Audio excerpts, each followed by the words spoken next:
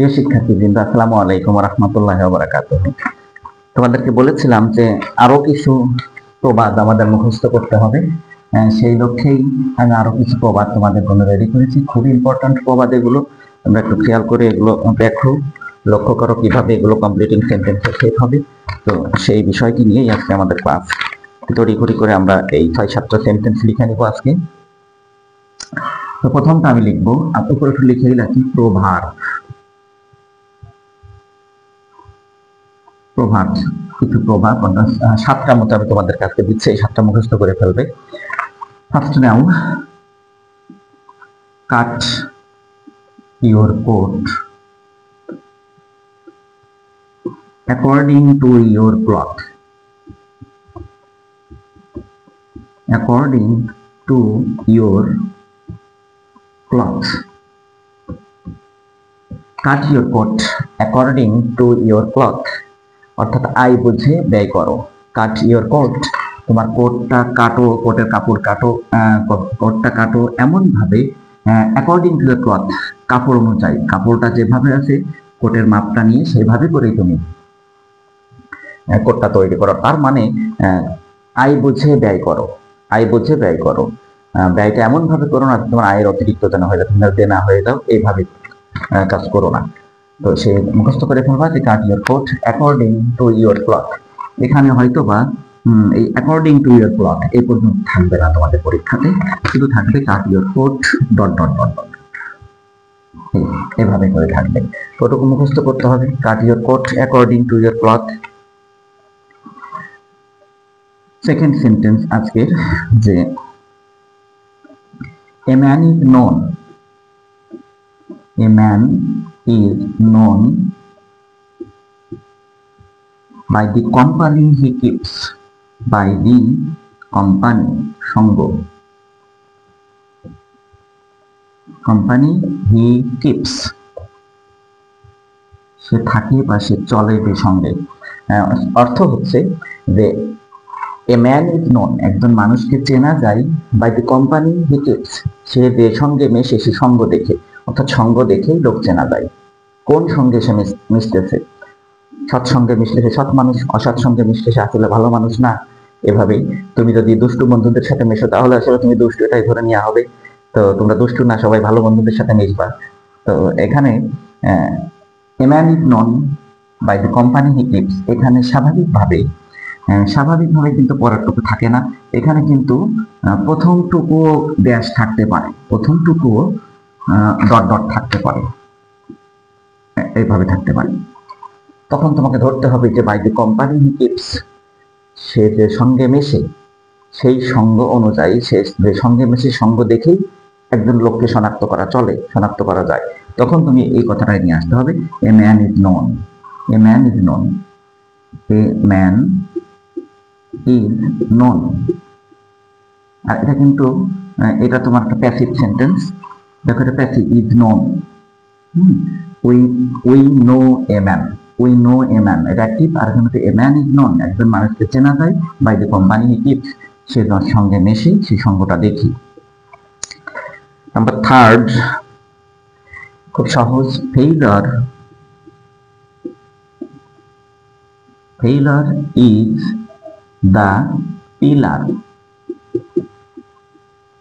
Of success. FUCCES, FUCCES, failure is the pillar of success, অর্থাৎ ব্যর্থতাই সফলতার চাবিকাঠি, ব্যর্থতাই সফলতার চাবিকাঠি। অনেকবার তুমি ব্যর্থ হচ্ছ, 2-3বার পরীক্ষা দিয়েছো, ভালো রেজাল্ট করতে পারোনি, পাস করতেও পারোনি, এরকম। তো বারবার করে চেষ্টা করতে হবে, সেই চেষ্টা করে শেষের বার দেখো তুমি খুব ভালো ফল। এটা কিন্তু একটা তোমার স্টোরি রাইটিং এর একটা মেইন থিম, সেটা হচ্ছে রবার্ট ব্রুসের সেই স্কটল্যান্ডের রাজা রবার্ট ব্রুস যে গুহার ভিতরে লুকিয়েছিল, সেখানে দেখলো একটা মাকড়সা বারবার করে ব্যর্থ হচ্ছে, শেষে 9th টার্মে গিয়ে সম্ভবত সে জয় লাভ করলো। তো রবার্ট ব্রুস অনুপ্রাণিত হলো, সেই কথাটা এখানে আছে যে failure is the pillar of success, ব্যর্থতাই সফলতার চাবিকাঠি। এখানে তোমার failure is the pillar of success, এইটা হয়তো নাও থাকতে পারে, এতটুকু থাকবে না, এখানে যে তোমার ডট ডট ডট ডট দেওয়া থাকবে, যে এটুকু ছেলে মেয়েরা পূরণ করুক, দেখি কি জানে তারা। Failure is the pillar dot dot dot of success.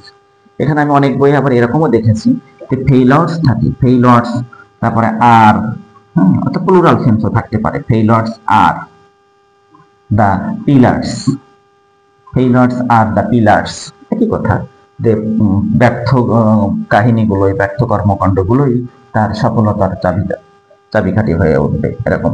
R the pillars plural sense হলে ফেইলর্স আর দি পিলার্স অথবা failure is the pillar of success. উত্তর লাগবে তোমার অফ সাকসেস, এটা মুখস্থ করে রেখো, যে ব্যর্থতাই পরিশ্রমের চাবিকাঠি। আচ্ছা, আমি আরো দিব, তিনটা হলো, 6টাই দিব আজকে। নাম্বার 4-এ আসো।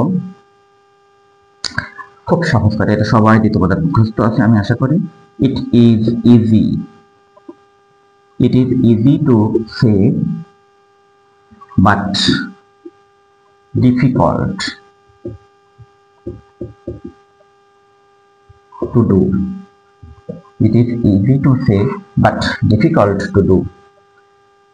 বলা সহজ কিন্তু করা কঠিন, বলা সহজ কিন্তু করা কঠিন। এটা কিন্তু এটা একটু বেশ ব্যঙ্গাত্মক কথাই আমি বলবো, যে যে কিছু করে না, কর্ম করে না, তার মুখে এই ধরনের কথা মানায়, বলে বেড়ায় সে। এটা তো খুব সহজ ব্যাপার, খুব সহজ ব্যাপার, সহজে কাজটা করা যায়, কিন্তু না, অত সহজ না। যে করে সেই জানে কতটা কঠিন সেই কাজটা করতে গিয়ে, সেই স্তরে পৌঁছাতে গিয়ে।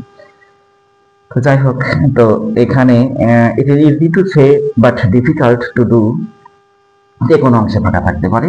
ইট ইজ ইজি টু সে, বাটও থাকবে না, তোমাকে বাট দিয়েই নিয়ে আসতে হবে। It is easy to say dot dot dot dot dot, এইভাবে থাকবে। তোমার সেটা মুখস্থ রাখতে হবে, যে it is easy to say but difficult to do, যে বলা সহজ কিন্তু করাটা কঠিন, মুখস্থ করে বলবা।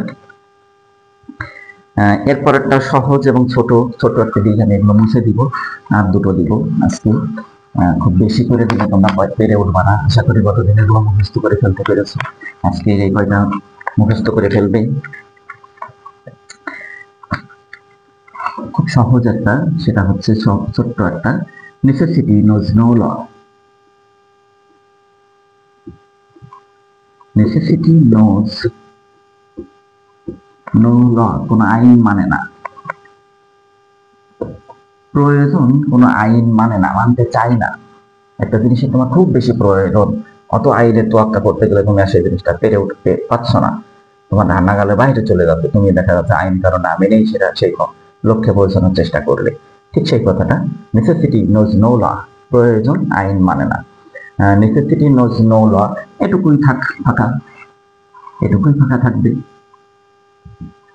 তোমার এখানে পূরণ করতে হবে, যে কি জানা থেকে থাকে যে প্রয়োজন আইন মানে না, তার প্রবাদটা ছিল নেসেসিটি নোজ নো ল, বানানটা যেন ভুল না হয়, স্পেলিংটা ল, LAW, ল, খেয়াল রাখো।